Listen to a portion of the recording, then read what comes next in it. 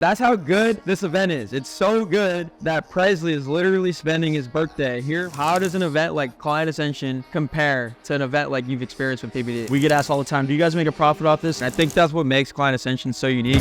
Hop off a 16 passenger, this a G5, no, this not a Challenger. Big one. I keep some members with me in the fridge, get coat seats, they some cannibals. Eaters. They like to geek, drink a whole bottle, wake up and repeat. Damn. She took a look, mixed it with the chill out. Now she say she saying 3D. Wow. I go in the jungle and they got a coat. I bet I come. Yeah, we'll do some questions. So let's start over here. I feel like I need an operator. I'm like maxed out with what I can do. You got to know what an operator does to know what to look for, right? And so one thing I do is talk to a lot of good operators and see like what goes into the day-to-day of being a good operator. Because I think that's the one thing not everyone, but like a very high percentage of people in our space are missing is a business partner. Most people are going at business alone, which there's nothing wrong with that, but up to a certain point, you hit a limit. The big thing happened for you at last year's event that completely changed things for where you're at today. Obviously, I met Cam. We started talking. We felt we had complementary skill sets, and then 2 weeks later he calls me up and he's like, let's partner up and run this thing up. I had no intention with partnering him like the second I met him, but we just clicked and then it just made sense. And I think people just have to like find themselves in more serendipitous situations like that where, oh, maybe something works out, let's give it a shot here and see what happens with no attachment or expectations. One of the things I really attribute to like why you and Cam partnered up and were able to just go and run quick in business was because of the trust that was established by being in person. Yeah. Like if you had met Cam through Zoom or through a Twitter DM, there's no way you would have had that level of trust to say, hey, this is the guy I want to be in business with. Like I didn't go into the event with the intention of like coming out with a business partner. It was just kind of a byproduct of being willing to put myself out there. Entrepreneurship is luck, but like the luck is something that's like up to you. You have to like create that luck for yourself by putting yourself out there to begin with. It was just a testament to like that whole concept of like, you're not even trying to like accomplish anything by going to these events or network or anything like that. It kind of just happens by being in the space, and then, you know, you put yourself in rooms and talk to people, put yourself in a more social environment for the first time in a while. You just get a realistic perspective of what people are dealing with, realize it's not all sunshine and rainbows, and then you're like, well, it's not just a me problem. And you kind of accept that challenges, all this stuff, it's part of business, and you talk it over and you learn how people have different coping mechanisms, and then maybe you can take some and use them for yourself. Could you guys talk a little bit about like process improvement specifically for like employees? I think a lot of people, they don't do the actual work, which is checking in and managing the team until it's the quarterly meeting. And it's like all of a sudden, oh, like I'm going to find like a ton of room for optimization and make a huge change. Whereas the guys that really win is they're making those changes and implementations and improvements every single day. And when they get to the quarterly review, they're already way ahead of the guys that waited until the quarterly review. When they think about you,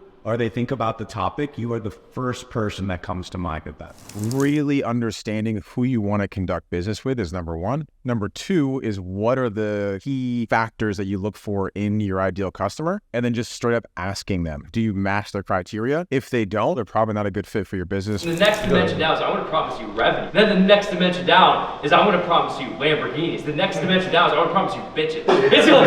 It's all the way down. Today's been extremely helpful, and I've learned a lot already just in terms of like looking at how I need to adjust things, and I'm really pumped to kind of just use this as the platform that's going to launch my agency and really dive from there. One of the mistakes that I think we made last year was only making it one day. People are going to come in from all around the world, the UK, Ireland, Australia. We should maximize their time here. I can't wait for this to be a week-long event. What are you looking forward to most tomorrow? I mean, for me, like selfishly, it's like a full circle moment because it was cool coming to this event last year as a student and now having a chance to participate in the panel alongside the people I watched on stage last year. I think it's really cool. I think it's just going to be interesting to see how the information will resonate differently, because last year I was like very new to the space, and a lot of the stuff that previously went over my head is now going to resonate a lot more because I'm at the stage where that advice is applicable. If you're just starting out, you'll be in stages where you'll hear a speaker say something, and because it's level 5 advice and you're on level 1, it doesn't click, it kind of goes over your head. But once you progress to a certain stage where you're like level 4, that level 5 advice almost starts to progress. It resonates with you because it's at the stage where it's actually applicable, and you can go and take that advice and run with it. And so I'm excited to really just get the most out of like these keynote speakers. I know there's some really cool guys sharing some insights here, and I'm just excited to see how I'm able to pick up on that information now and actually go apply it. Whereas previously it was just like so far out of reach that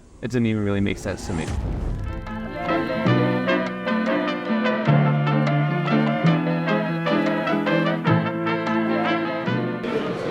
think that's enough. Let's see, long day.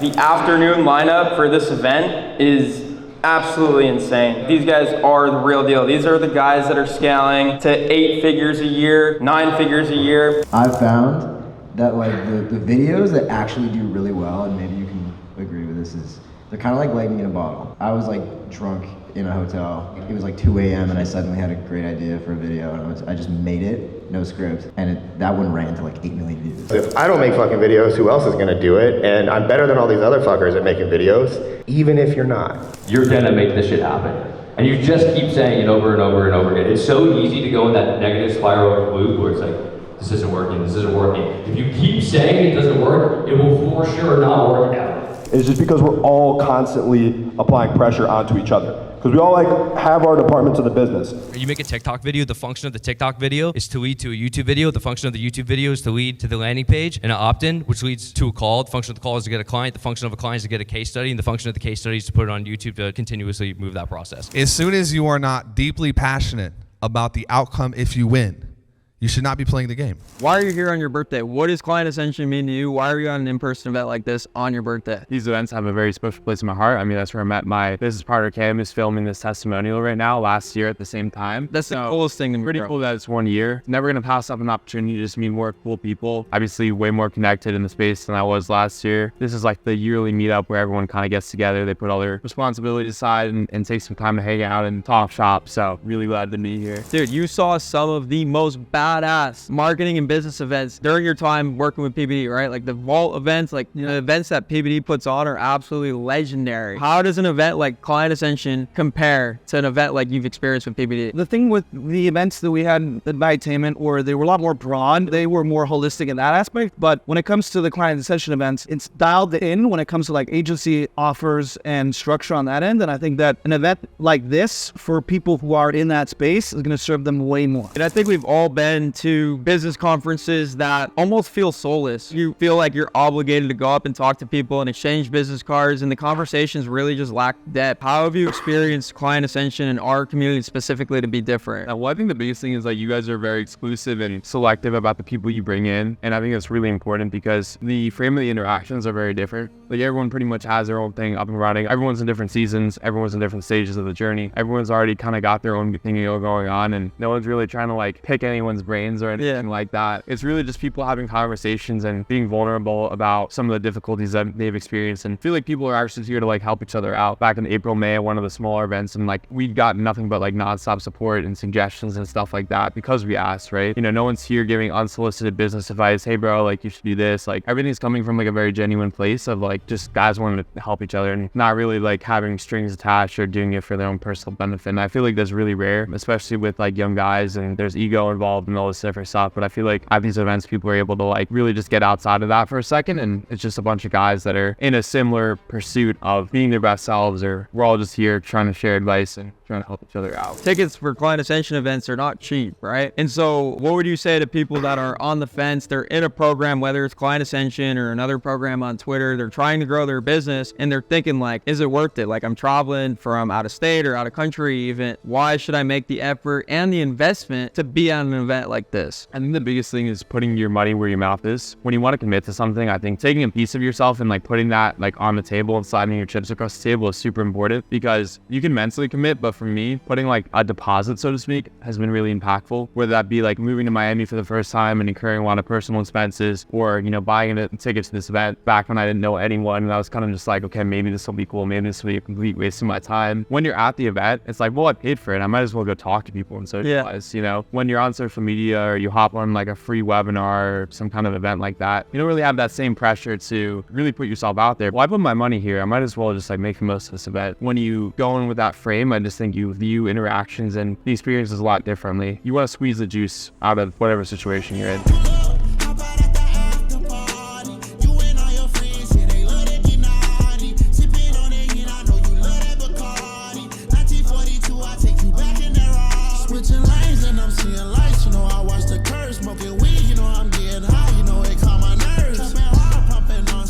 what goes into planning an event of this magnitude, picking a venue, taking care of all the payments, all the logistics, all the food, everything. How far in advance do you start planning these? I mean, as soon as the idea comes to mind, right? I mean, for me, it's the day after the past event ends. Like, you do an event like this, all you want to do once it's over is do the next one. And so that's when I start thinking, how can we do it better? How can we do it different? How can we get a new crowd of people here with the different experiences we have all lined up? The way I think about events is you're creating an experience. And so a lot of people are like, oh, just outsource and hire an event planner. And why are you doing so much work? Why are you so stressed? It's because I really care about creating an experience that is going to impact and change the lives of everyone that spends the time, money, and travel time to be here. And so that's what really goes into is envisioning what's that experience look like. Now I want to talk about the team behind the scenes, because people on Twitter, on YouTube, they see the event itself, the speakers, everyone having fun, everyone having a good time. But like, talk about the behind the scenes camera guys, event planners, the people that, you know, coordinate everything, like Trina. Like, talk about that process and finding the right people they can to put the event on. It's just like in business. The way I best describe what running an event is like, it's just like running another business. You do the same thing. You just find the best people to do the different things that are required. Content, venues, experiences, speakers, right? Like this event, we paid some big speakers to come and share what we can't share with our audience, because we know it's just going to deliver such value to our students, hiring the right people. And I feel like we're just so blessed to be in a community like Client Ascension, because so many of the people that are helping with these events, they're part of the community. And it's just finding people that care as much as we do about having an event like this to help out. We get asked all the time, do you guys make a profit off this? We transparently don't make a profit off these events. What is the motive to run an event that loses us money? This specific event, Tampa 2023, we're probably going to look back at this in a couple of years and laugh, but we threw $130,000 into this event. Like, that's how much some people spend on their business in an entire year. That's where we were just a couple of years ago, spending $130,000 a year just to run our business. So to think that we just dropped that amount on a 2-day event is crazy to think about. With ticket sales, sure, we make some of that back, but we're still $20,000, $30,000 in the hole. But that's not the point. The events have so much value in and of themselves. We're not pitching on stage and hoping to convert people at the event. We just know, like, the goodwill that comes from getting people that share the same values, that have the same beliefs in the same room, in the right conversations, that's always going to kick back to us. Business is tough, right? Like, it's not always fun. And so these events, honestly, we're just trying to maximize fun, because business owners, they work so hard every other day of the year outside of these events. They really just deserve to come to a place that they feel welcomed and a part of something bigger than themselves, and just have a good time and have fun. And so we're just paying for a lot of fun.